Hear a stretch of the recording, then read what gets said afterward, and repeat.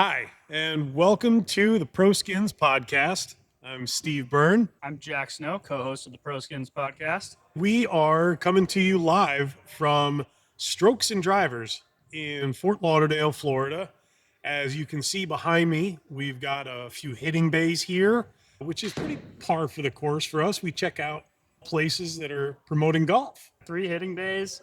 I see 2 bars right now. There's another one in the back. There is. Few different food options, fun games. Pool. That way, there is a full-on stage that's about 3.5 feet above crowd level. This place is legit. Absolutely incredible. If it wasn't only 62 degrees outside, the doors would be open. This would take on a completely different complexion. There's 3 other places to eat to our right. Maybe the coolest aspect of this place is axe throwing. How has nobody thought about axe throwing and golf simulation under one roof? Well, they have here at Strokes and Drivers in Fort Lauderdale. Anything you want to do, you can find it here.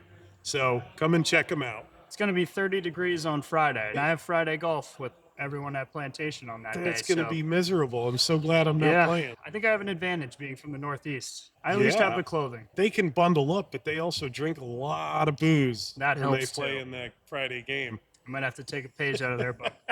Let's dive into it. Again, I'm Steve, founder and CEO of Pro Skins. This is my buddy Jack, co-host of the Pro Skins podcast.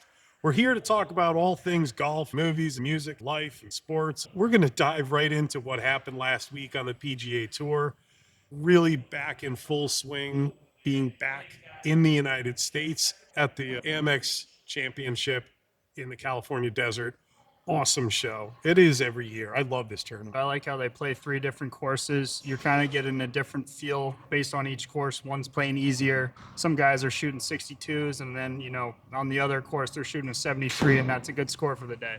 Saturday before the cut, it was played really tough, and the wind picked up, and it's tough for some guys who get the bad draw there, but that's how that tournament goes. But, they're all down for it. You don't go to that tournament expecting to have the red carpet laid out for you. I'm sure that the fine people at American Express do a great job at literally rolling out the red carpet for those players, but it's a tough grind. Yeah, and those are 3 tough golf courses. They are. But let's talk about what Blades Brown did, because he did not make that Nicklaus course look very difficult at all. He missed about an 8-footer on 18 for a 59. He broke the course record. And he parred a par 5 on the front. He shot a 60 with a par and a par 5, and he missed an 8-footer. What's the most impressive thing about Blades Brown? He's 18 years old. Think about what you were doing when you were 18 years old. I don't want to think about what I was doing when I was 18 years old. This kid is impressive. I saw one of his interviews after the tournament. Poised. This kid's ready. Like you said, Steve, I don't think I can talk about on camera what I was doing when I was 18 years old, but the fact that he made his tour debut when he was 16, and 2 years later, making this type of run in a tournament, breaking a course record, I think he's going to be here to stay and be putting up some low numbers over the years. Let's hope he's here to stay. I really liked watching him play. You can't find a flaw in that kid's swing. He seems like he's got all the shots, but I'm going to bring up a very interesting name for a lot of people my age. We'll remember a kid named Ty Tryon. Ty Tryon was a South Florida kid. Can't miss. He had crazy game. This is back in the 97, 98. Skipped college, went straight pro, signed a multi-million-dollar contract with Callaway. I never once saw his name on a leaderboard. I don't know if I ever saw him make a cut. Now, Ty had every shot. I saw him play a few times. Amazing amount of talent. But it just goes to show you that when you think you're ready, you're not ready. These guys are so good. Blades Brown is ready. He made that Nicklaus course look easy. A 32 on his way out and a 28 coming back. That's just bananas. But you know what's overlooked in this whole thing? Not to take anything away from Blades Brown, but Andrew Putnam also shot a 60. He did it at La Quinta, very difficult golf course. I mean, those guys tore it up because they're the best in the world, but he shot a 60. And he made it look easy. He had 1 eagle, 10 birdies and 7 pars. Boring golf. He probably didn't miss a fairway, but it didn't matter if he did very little rough on those golf courses. I think it's just all still dormant Bermuda at this point. But wow, hats off to both Blades Brown and Andrew Putnam. You get the first cheers of the day from the Pro Skins podcast crew. Another interesting thing about Blades Brown in that round of 60, who's he paired with the following day? But Scotty Scheffler. Did you catch any of that? I wasn't able to watch much of the tournament. I've watched some recaps and I saw the interviews. I just heard Blade said Scotty was a stand-up guy, gave him a lot of encouragement, a lot of good advice out on the course. Probably was still trying to do his own thing and ended up winning the tournament. Back to PGA Tour golf in 2026. Scotty gets another win. What a surprise! But I think that's super beneficial for a young kid like that, being able to play with a guy who's number one in the world on a Tiger-like run right now for the last 2-3 years. Tiger did it for a decade, so we got a long way to go, Scotty. But hey, I think that's awesome and super invaluable for a kid like Blake. Absolutely. You can't buy that experience. And he had 4.5 hours with a master. What I thought was most impressive was Scotty goes out, shoots 68. What does Blade Brown shoot? 68. It's crazy. He held his own with the best in the world for a day, and then the fourth round separated. But still, amazing stuff from the Amex Championship last weekend. As far as Pro Skins is concerned, covering the Amex Championship every year is the Wild Wild West. It's appropriately located in the West because the number of skins that come out of this event, having 3 golf courses and effectively 10 individual rounds instead of 4, there were 16 skins made in last week's event. That's well above average. Almost 2.5 times above average. That's crazy. You've got 156 players and they're playing 3 different golf courses and the cut is made after 3 rounds. So you've got effectively 120 extra rounds being played. So yeah, there's going to be more skins, right? That's just inevitable. So, but it is a real clash of the titans out there because everybody's just going for broke. Was there any notable skins? There were some cool hole-outs, and Tony Finau had a cool one on number 9 on the Nicklaus course, the second round. Tony Finau from the fairway. There was like 2 bounces, and the announcers called it. Oh, look what's going to happen here. Boom, bottom of the cup. That was a cool one. It was cool to see Adam Scott get another skin. There you go, Scott. He is very much on the cusp of what I consider the Pro Skins Hall of Fame. Pro Skins Hall of Fame, in my humble opinion, because that's the only one that matters right now, is 15 skins and at least 10 saw-offs. He's got 12 saw-offs and 13 skins. Scotty's going to get into the Hall of Fame this year. Another interesting one was Charlie Hoffman. He had one in the first round on the 8th hole. Mark Hubbard had one on the 7th hole, first round, different course. Right. But yeah, Charlie Hoffman, he's a friend of the golfers everywhere. He is, and he started playing some really good golf last year, which was great to see. It took a couple years where he wasn't really making cuts. I feel like he went on a really good run early on in the year last year on this California swing. So it's nice to see him playing again here, and hopefully he holds it up all year. California kid. He plays with that green glove sometimes. Right? He's a Waste Management sponsor, I think. Okay, yeah. Or Waste Management, ambassador? Ambassador. Yeah. He's an interesting cat. He'd probably rather be surfing than going to the range after playing 18 holes. He once showed up for his tee time to a PGA Tour event in flip-flops. You don't get any cooler than that. No, he's been around for a while. Oh, yeah. He's been doing it a long time, and see him still up there on the leaderboard making skins. Heck yeah. And look at that. We mentioned Adam Scott and Charlie Hoffman in the same breath. Their common denominator, University of Nevada at Las Vegas. Didn't know that. Yeah, man. You catch all sorts of pearls of wisdom hanging out with me. There you go. So, there are a couple other things I want to mention about the Amex. Some real dark horses rose to the top. I want to mention Austin Smotherman, great player who kind of ebbs and flows in the Pro Skins format, but he really showed his mettle this past week. Austin Smotherman is a hell of a player. I think he's going to have a really, really good year. Another guy in that same vein is, and I don't know how to say Zach's last name, Zach from Oklahoma State. He is a hell of a player, won an NCAA championship at Oklahoma State, has taken a couple years to get his feet under him, but had a great week last week. I want to say he finished top 10, top 15. He just played great.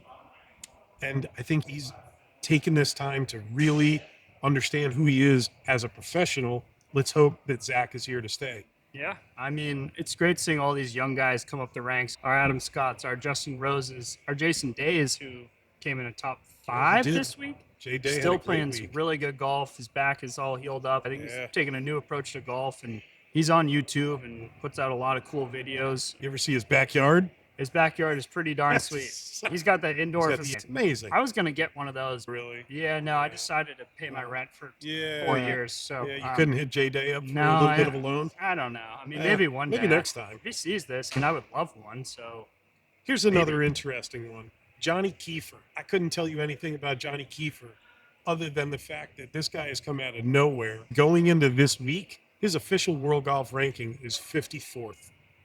I had never heard of this guy before the beginning of this season. I haven't either. I couldn't tell you one thing about him. Amazing week. Corn Ferry Tour guy? I think so. He's 25. I think maybe this kid's about ready to go on a heater. My guy, for the last few years, I'm in a pick'em league along with Pro Skins, and it's Say Young Kim, SH Kim. Yeah. And he's got a top 10 in the first tournament. I believe he was top 20 in this past tournament. Good value pick for anyone. He's a young guy and makes a ton of birdies. However, I don't know if he's kind of there yet to win a tournament, but every 5 PGA Tour events, he's in that top 10. So he's knocking on the door as well. SH Kim. Watch SH out. Kim. You heard it first from Jack. Yeah. He's legit. This coming week, we've got another interesting tournament, another Farmers. multi-course tournament, the Farmers. Fort Pines. You ever played it? Never. Too long for me. I'd be playing the ladies' tees. But I think they, the forward tees, Jack. Forward tees. Forward tees. Correct. Cut that. I think they stretch those things out to like 7,600 yards. Yeah, I think 78. Jeez. You know what? You host the U.S. Open, you got to do it. I want to see the Marine layer come in this week at the Farmers. I want to see maybe some guys wearing layers. I want to see them have to deal with shit. Yeah. That we have to deal with. That people in the Northeast, when it's April and they're thrilled to go out and play in 40-degree weather, that they deal with. These guys have got it good. Let's face it, they would be the first ones to admit that. Last season, I believe, was 10 under. Wow. And there was only a few guys under par. It was the top 20. Unlike this week, Scotty was 27 under. It's just a birdie fest. So it's good to see these guys go out and grind for pars, make good birdies. Hopefully we see some more skins next week because of that. Is that a theme where they play these harder courses? Someone makes a good birdie on a long par 3. Not everyone's doing that. Yeah, birdies hold up at this tournament for sure. Every year, you'll see some birdie saw-offs. You'll see some birdie skins.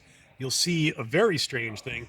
You'll see holes that will not get birdied by the entire field during any particular round. Not for the whole tournament, but like round 3, number 14 on the South course doesn't get birdied. They play the North course, South course, and then whoever makes the cut, they play the South course twice. So it's really cool. Farmers is an amazing host, but Torrey Pines just doesn't get much better than that. It certainly won't get much more pure than these last 2 weeks. California desert, perfect. And then you move up to Torrey up in La Jolla. Those golf courses will be in perfect condition. I'm looking forward to it. Max Homa, past winner. I think he's a sneaky good pick this week. He's won it. He's always played well there. I think his game's trending in the right direction. I like Dotterup. Obviously, he won first tournament of the year, but he's just playing some really good golf. You guys like Pottinger, that guy who just came over from the European Tour. He smokes it off. Yeah, he does. 190, 192 ball speed. These long ball hitters who can really open it up have a chance this week. I want to see Xander. I always like to see him at Torrey. It's kind of a home game for him. Like Charlie Hoffman, home game for him too. Probably attacks those golf courses in a little bit of a different fashion than Xander does. Always a fun week in La Jolla. Should be good to watch. You know what was really cool this past week? In the non-golfing vein, we had some football. Yeah, I know you're happy. You can't tell Jack is moving on to the Super Bowl. What's your favorite team, Jack? I'm a big New England Patriots fan. Not going to lie about it. I'm not going to hide it. I'm very proud of it.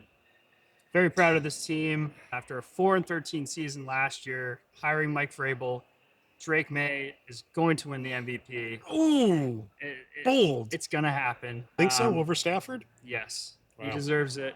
He's more valuable to the team. We've got a young roster. We've got a few Yeah. good veterans in the offseason this year. The defense is stout. Our defense is stout. We're all healthy now. We weren't healthy all season long. We weren't getting the attention the Texans or the Broncos defense was. We took down both those teams in the playoffs and Super Bowl bound. So What I thought was most impressive about that AFC Championship was it's awesome. yeah, no, the whole thing was awesome for you. The way that they shut down the Broncos after that opening drive. That opening drive was like, oh my God, this is the Broncos' day. Second stringer, be damned, they're gonna roll, and Patriots were having none of it. Yeah, Stidham played well. I'll give him props because we drafted him, I think it was 2018 or 2017, and I did not think he was good at football. So I went into this game very confident they weren't going to do anything, and he marched down the field on our defense, and I think the weather played a huge role. The third and fourth quarter for the Patriots, we would run the ball 3 times, not expect to make a first down, and just punt and say, you guys are not going to score on us. We're up 10-7, and the game is going to end this way, and that's how it happened. I don't even know what the over-under was on that, but I guarantee it wasn't 17. 43. And I took the over for sure. Oh yeah, and Drake May over passing yards. Yep, a lot of missed opportunities You in gonna that game. be able to but make rent this one? yeah, no, I made up for it actually in the next game. I did hit a parlay. Am I allowed to speak on this on the podcast? Sure. $40 to win 1,400 on the Seahawks Rams game. Got all the touchdowns, over yards. So Dude. yeah, $40 into 1,400. made up for a lot of the miscues in the first game. Who'd you bet that with, if you don't mind me asking? That was on Hard Rock Sports. Well, there you go. Yep. Only one you can use in Florida. All right, man. Hey, we'll take it. It's All a right. good win. You done talking about the Patriots now? You don't have to be. I mean, I don't. I think you could go. Do we have another hour? No. Okay, so I mean, I'm sure, done. but Yeah, I'd like to talk about the NFC Championship. it's a good game. That was an awesome game. I thought it was very interesting that the West was as strong as they were in the NFC this year. 100%. The poor 49ers, they just ran out of players at the end, and losing Kittle there, that was just awful. He's just such an amazing character, and I hope he's back. I think the whole NFL wants that guy back. He's great for football. He's great for humanity. He's an amazing guy. He and his wife do so much good for the Bay Area. I want to say that they have a company that makes eyeglasses, and they do a lot of philanthropic work getting eyeglasses to people who need them, who can't otherwise afford them. He's just an amazing guy. Have you ever heard of Tight End Day? Yeah, He created that. yeah, He created it. And I want to awesome. say he just thought about it, and yeah. that was it. Yeah. Okay, Tight End Day. And now it's like a thing. It's got like a movement. Love Kittle. Get well. I think you are an absolute gem, my friend. But yeah, let's talk about that game. I didn't think it was going to be that wild. It was a shootout for sure. Yeah, There was no awesome. snow, unlike the AFC Championship. So they had a nice playing surface, but Stafford played well. I'm impressed with Sam Darnold this year. From the way he started with the Jets to where he's now, super impressive. He kept his head in it, got better every year. I think it's helpful that he's was in a system for a few years. His first year with the Seahawks was able to get going like this. Very impressed with Sam Darnold. The Seahawks running game, the Seahawks defense. Mike McDonald's So done a good. great job with their defense, even though they gave up, I think, 27 points. Rams have a good offense as well. I think they're well deserving to be in the Super Bowl. I'm hoping it goes exactly like 2017. No. Let's go back. I was a sophomore. Yeah, you in high think school. the Seahawks are going to pass from 4th and 1 from the yeah. 3-yard line? Yeah. Yeah, you think they're going to do that again? I don't think so, but I think it'll be a great game. Expecting great things from my Patriots. Yeah, I echo your thoughts about Darnold. In the last 2 years, he's the winningest quarterback in the NFL. 2 separate teams. Still bizarre to me that he wins 14 games with the Vikings, and did they not match Seattle's offer, or were they uninterested? He just wanted to move on to JJ. He's the future of that franchise, without a shadow of a doubt. They made a mistake. I mean, look at what happened to the Vikings this year. They were... My Bears definitely stepped up, finally. But had a good year. The Seahawks, their crowd, amazing. That is such a worthy nickname, the 12. They are the 12th player on that field at all times. 100%. The closer you get to either end zone, the harder it gets. They're crazy. They're devoted. Right. I love it. Who would you compare Darnold to on the PGA Tour? Good question. Someone that may have started out rocky, but has made a late push and couple really good years and now making the Super Bowl, maybe equivalent to winning a major. I got a good one, I think. I'm going to go with a local boy here, Eric Cole. Eric Cole, who went to Nova South down in Nova University. Eric Cole went there, and he won Rookie of the Year on tour at 37 years old. He's got some interesting tidbits about him. He's PGA Tour royalty. He is the son of Bobby Cole, who is a longtime PGA Tour member, a very highly acclaimed player. His mother is Laura Baugh, who was a very talented player. I want to say that she won an LPGA Tour event at 16. Wow. So this 39-year-old man has got what it takes. But yeah, late bloomer, has come on strong. I want to say he finished in the top 20 last week. That's who Eric Cole is. He's going to give you top 20s. He's going to give you top 10s. He's going to vie for the lead on Sundays, week in and week out. I mean, this guy is legit. Doesn't hit it too long. I've got golf clubs that are fatter than the guy, but he is legit. Sounds like you asked me that question with a guy in mind for yourself. I didn't have one in mind, but as you were speaking, I think mine is actually Max Homa, because I know he started off struggling, going back and forth from the Korn Ferry, making some PGA Tour starts. I think he's got 6 wins on tour now. He was top 10 in the world at one point. Had a tough year last year, switched equipment. From what I hear, on everyone on tour, he's got all the game. It's all about his mental game and being in it and saying, I can get the job done. I really enjoy his personality on social media. He's super cool. On all the foreplay stuff. Yeah. Well, he had a good week last week, too. I want to say he was top 20. I think he was up there last week, and I expect him to be tough this week as well. I do, too. Yeah, he went from FootJoy to Puma, which is still under the same corporate umbrella, but did he switch clubs, He went from Titleist to Cobra. Yeah. Oh, I love Homer, man. He was a Cal kid. He went to Cal. So when I was living on the Bay Area, he was part of the team when they were still trying to finalize a home course. And one of the courses that I was working at, we were in that mix. I think they ended up going with Rival Club, which was fine. Sure. I remember seeing him, and he was so skinny.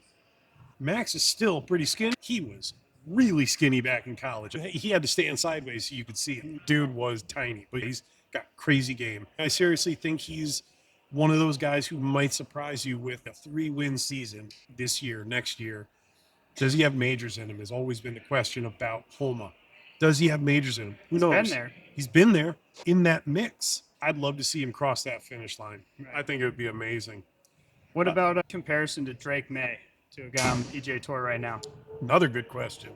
I should have seen that you were going to go there.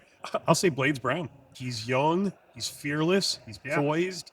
He seems, I don't want to say Brady-esque, but I'm kind of at the lack of a better term. He's ready. He has been ready all season. How did the Patriots start? Did they start right out of the gate? We lost to the Raiders. First game of the season. I thought the Raiders were going to be unbelievable. Unbelievably bad. They were terrible. So they just caught fire. Yeah, that's pretty amazing, man. Everyone says strength of schedule, blah, blah, blah. We were 4-13 last year, and that's how the NFL designs the schedule. And also, this is the NFL, not the ACC. This is the NFL. And you're in a tough division. You got the Bills. Now, Dolphins were not terrible. We had a good first game against the Dolphins. They were not terrible. They made mincemeat out of the Bills, like 41-20 or something at one point. They were in the hunt until week 15. And then they fired McDaniels after the season. The writing was on the wall. I think that was a good idea. Once the GM went, that writing was on the wall. He was going to go. Yeah, so Drake May, Blades Brown. Who's your Drake May on PGA Tour? I think my comp would be Ludwig Oberg. I think he's poised. I think he's mature enough to get through a major. He's got the mental game. A few wins worldwide. A couple Ryder Cups under his belt. Yeah, I like his game a lot, and I think he's going to be strong for the years to come. Similar to Drake May. You imagine being 25, which is what Oberg, he might even be 24, and having 2 Ryder Cups under your belt? That's crazy. Being 6'3" and swing effortlessly and get whatever you want. So smooth. Yeah, and he's so fast when he plays, too, which I really like about his game. Go. Steps up, takes one look, goes. He's just like this the whole time. Yeah. No highs, no lows. Yeah. I've seen him chip in and not really react. I've seen him make a triple and not really react. Right. That's the attitude it takes, man. Right.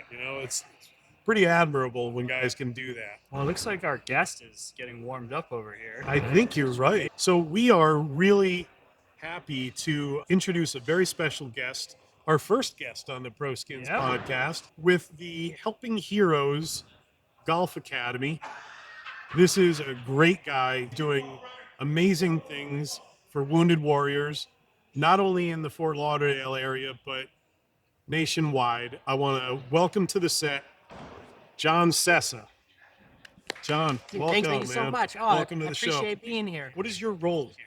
I am a golf instructor at this location, a PGA pro, and also I run philanthropy out of Strokes and Drivers. I came out of the military, 100% disabled veteran, permanent and total, so it's not going to get any better. I broke my neck in a few places. I have vertigo issues. I have PTSD. I have TBIs.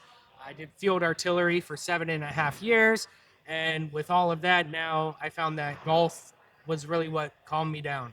Getting back out there and not digging my own hole to live in, but living in the manicured grass and just enjoying it for the peacefulness that it was. And if I can help other people realize that you don't have to be a professional golf player to just go out and enjoy the game. And that's kind of what we're doing. We're growing the game like everyone talks about doing, but we're boots on the ground and doing it with the people that most people think would never want to play. Adaptive golf is a huge thing. If I can help somebody say yes instead of no, that's what we're here for. Then you have helped people with other disabilities, non-military disabilities as well, Yes, sir. correct? Can you talk about that for a bit? So there were a few individuals. I had somebody come out that caught meningitis and lost both of his legs, both of his hands, only having 2 fingers on one hand. He's prosthetics on both of his legs. And trying to teach a swing to somebody like that that's been through that type of adversity is incredibly difficult. And it's been a blessing to be able to help somebody and be able to say, look, I can still compete. I can still go out there and play with the best of them from the US AGA and the adaptive golf tournaments that are out there. And then even looking at maybe becoming somebody that plays on Corn Ferry Tour. These separations are not separations by any type of limitation. It's your persistence and how much you try to get out there. So anything from people missing limbs to people missing their eyesight, blind veterans, blind first responders, to just anybody that just wants to get involved with the game. There's a lot of people that maybe thought golf isn't for you, but you want to come and volunteer at a PGA event. Maybe you want to go out there and see some pros. There's a whole community around it. There's much more than you think about, like, oh, I just got to hit the ball very far. If you can't do that, I got you. We'll find something. Golf is a game that has a specter of being exclusive. It is not. It is No, not. And I'm it's- not by any means. Look guys- at Sevi. Look at Sevi. He started with just One one club, iron. That's all you exactly. need on the beach. I'll give you one club right now. You come and see me. You go to Fort Lauderdale Beach. Come back in a few months. I bet you'll be a pro. I love the mention of Sevi there. But it's people like yourself who are allowing people to rid the world of that specter that golf is exclusive. It's not. It's very inclusive. It is for everybody. That's why there's 5 sets of tees on every golf course. That's why there are adaptive tournaments. That's why there are different vehicles that allow you to get all the way up to the hole. Now, the brunt of this emphasis should be on individual golf courses to get those types of motorized vehicles. If they don't have them, make them available somehow. Rent them, lease them, whatever. But it's the work your organization is doing to help golf grow and to get it into people's lives that otherwise wouldn't be exposed to it. It's pretty amazing what you're doing. Well, I appreciate it. I thought it was super impactful that technology now is allowing us to help more people. So obviously, I think all the therapeutic benefits from golf are going to come from being out on a green grass course. But look where we're at. We're indoors. Because if you got any shots, you can see I have these big bay doors that roll up. I can bring a golf cart in here. I can bring mobility units. People can wheel their wheelchairs in here, no problem. That's And adaptive right out that's front. it. You come right here. I teach you how to play the game, and then you gain that confidence. Think if you were somebody that served 30 years in the military and you did some crazy things that you can't even talk about, and now you're embarrassed to even hit a golf ball. Maybe you don't want to go to the range. Maybe you want to learn a little bit about what you're doing before you do it. And that's what we're set up for. Come and see us. I will take care of you. I'll get you the equipment you need, the shirts, everything, and the coaching, there's no reason to not be out there with the other people that are having a great time. We're just trying to build that community. As it says from our pamphlet, the biggest thing is right here. Suicide prevention through faith, skill building, and community. 22 a day is 22 too many. Yeah. 22 veterans a day taking their own life. Those are people that are, it's not a terminal illness. So if you could just be there and offer something, it doesn't have to be golf. I've answered messages at 1:30 in the morning because somebody's like, I came across this and I just needed someone to talk to. Like, just That's make you. yourself available. Just be there for the people that were there for you. I've been in service my whole life. I got out of the military and tried to do something else. The man upstairs was like, get back in that lane. So I got to get back into service. This is what helps me go, helping other people find their purpose and belonging. If we can help alleviate it, man, that's what we're here for. I enjoy my days when I can help somebody else. When you go through sports and give somebody the ability to do something they thought they could never do. That's an amazing Yes. feeling. You convince somebody that, yes, you can do this. Yeah. When they do that, that feedback is so therapeutic. It's so cathartic. I never forget that rush. John, I am just humbled to meet you and really honored to know that there are great people like yourself doing amazing things out there and bringing golf to people who otherwise may never come across this crazy great sport. And that's it. I mean, it's so easy. Go buy yourself a golf club. You can go to the pawn shop and they got a golf club there for $3. I guarantee it. $3 golf club and you can go learn the game. And if you have any issues with that, you can find me, Warrior Golf Academy on socials. Send me a video of your swing with that $3 iron, and I'm going to help you. Absolutely. Just get out there. Get out of the house. Go find a community where you feel like you belong and that is meant for you, and go from there. People aren't here to give you a hard time. So find your hobby and get into it, man. Love it. We found it through golf, and now we're trying to build that camaraderie with everybody else in this union here in South Florida. So as we continue to grow, it's going to be amazing. I want to thank you so much for having me on. This is fantastic. I want to thank you. Thank you so much for coming on. I appreciate Thank you it. for hosting us here today. No And thank you problem. for everything that you're doing, not just for the game of golf, but for people who need you and may not know that they need you. But once they find you, they're glad that they did. All right, well, thank you. And I want to tell all the viewers, thank you for your time as well. At least for me, time is the one thing that we don't ever get back. So it's our most valuable resource. So thank you so much for coming out, listening a little bit about what we have going on here, and taking the time to do this amazing production at our locations. Cool. Thank you again. We'll get back here again soon, too. Promise That's you it. that. When John you're ready, Sessa. we'll see you guys. John Sessa, Helping Heroes. Thank you, John. Wow, what a great visit. That was awesome. What a great visit. The reach of a program like that. Wow. It's remarkable. It's humbling to somebody like me, I'm sure to you, to 99% of the world who just don't understand what these people have been through, and all they need is an outlet to start. And a guy like John, wow, what a positive influence that is. It's inspiring. Great to hear all he's doing. I believe they have an event here on Friday. Yes, they do. Everyone come out. They got a lot of great giveaways, good Oh. action. That was amazing. Here's the second cheers of the night from the To Pro John. Skins podcast to John I Sessa, didn't need a drink. the Helping Heroes. Get a drink. I think we're ready to wrap it up. Are we going to talk about a fun subject? I don't think we have time. We don't have We're time. getting We're the head getting the head nod. In closing, great last week at the Amex. Looking Amazing. forward to Torrey. Looking forward to the Super Bowl. Your Patriots, other people's Seahawks. Prediction for the Super Bowl. Go. 31-20. Pats. The Pats. They're plus 4.5 right now. Take the money line. I'm going to go Seattle, and I'm going to go by 2 touchdowns. Handshake bet. Yeah. Straight up? Straight up handshake For all bet. the Marbles. Got it. Well, I think that's a wrap for Pro Skins Podcast, episode number 2. Cheers. Great being with you, and we will see you next time on the Pro Skins Podcast.